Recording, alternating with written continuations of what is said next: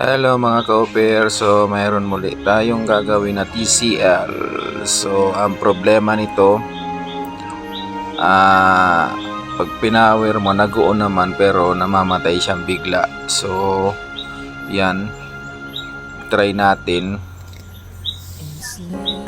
kung mamamatay siyang bigla. So ayun, nawala na siya. Ang problema niyan, karamihan kapag ganyan is backlight. Wala na. So buksan na lang natin to. Cover. So ayan, binuksan ko na. So i-check pa rin natin yung voltage sa backlight kung ilan ang lumalabas.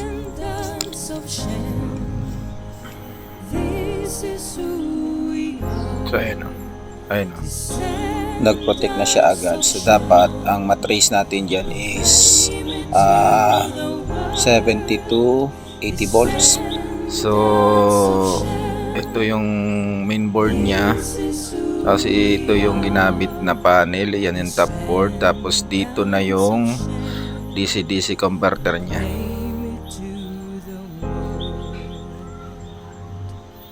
So ito na, tinanggal ko na yung panel niya. So ayan yung panel. So ito yung backlight niya. Isang strip lang siyang paba sa gitna. So ito, bilangin natin. Ayan, nasa 13 pieces na backlight. So ito siya. Tinanggal ko na yung cover na puti. So ito ang ipapalit natin yan sa strip na yan. Ang available sa akin is yung convex. So dapat same din sana ng ganyan na sa una. Yung ang tawag yan is concave. So dahil wala tayong concave, so convex na lang ilalagay natin. So parehas din naman yan mga ka-offer, yung liwanag niya. So ilalapat natin dyan isa-isa. So ito na, yan na yung nilagay natin. So magkaiba sila. So ito yun yung original. Ang tawag dyan is concave.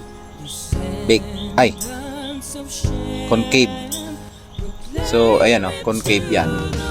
Tapos ito yung convex yan. So magkaiba sila.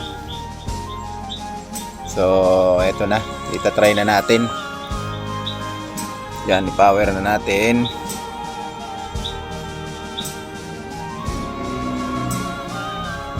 Yan, meron na. So okay na to. So at least bago na yung linagay natin ng mga ilaw. So wala naman siya pagkakaiba sa convex or concave. 6 volts pala guys ang mga LED ng TCL. So yun din ang linagay natin. So ito na, ipa-plug in ko na. Try ulit natin kung tatagal na siya. So power on. So ayan na, okay na siya. So maraming salamat po pala kay Sir Mark Ivan Baluloy. Ito lang siya sa Malilipot, Albay. So salamat sir sa pagkakatiwala ng iyong unit sa akin. So okay na po ang iyong unit. So wag din po kalimutan mag-subscribe, like, and share sa aking Facebook page at YouTube channel, and pahit na rin ang notification bell para updated kayo lagi sa mga i-upload kong videos. Salamat po. So hanggang dito na lang po ang aking video. Be blessed. Shalom.